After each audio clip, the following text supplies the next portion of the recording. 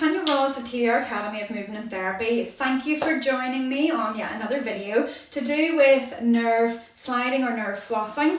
This is within a series, so make sure you have checked out our earlier videos about neurodynamic testing, about how to apply it, but also the significance of it, but also the self-test and some other gentler movements. So we're kind of in a thread. It's good to start with the first one and work your way along, see how it feels, because this one I feel is just that little bit stronger than the previous movements, but it's still classed by the Neue group as a gentle movement.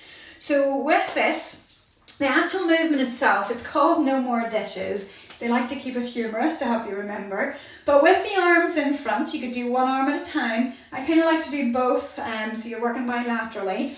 But we're into that wrist extension, the arm's pretty straight, and we're just putting the arm up. No more dishes. It's a bit of a dance move, and if you're starting to do it both at the same time.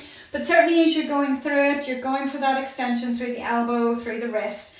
And in terms of the head movement, just keep it fairly still because we're trying to just isolate it down to these areas.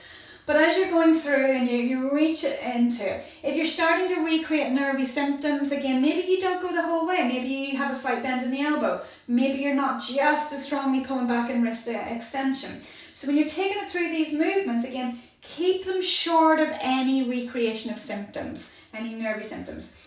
But again, you can maybe tease it towards that edge that it might start to help mobilise the tissues and reduce your symptoms down. Maybe try about 10 or so on each arm, progressing over the course of a week maybe to around about 20.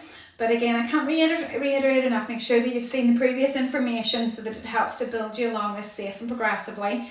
And also just in terms of you keeping accountability of what it is that you're doing yourself, and keep a note of it so that you can establish whether this is actually helping you.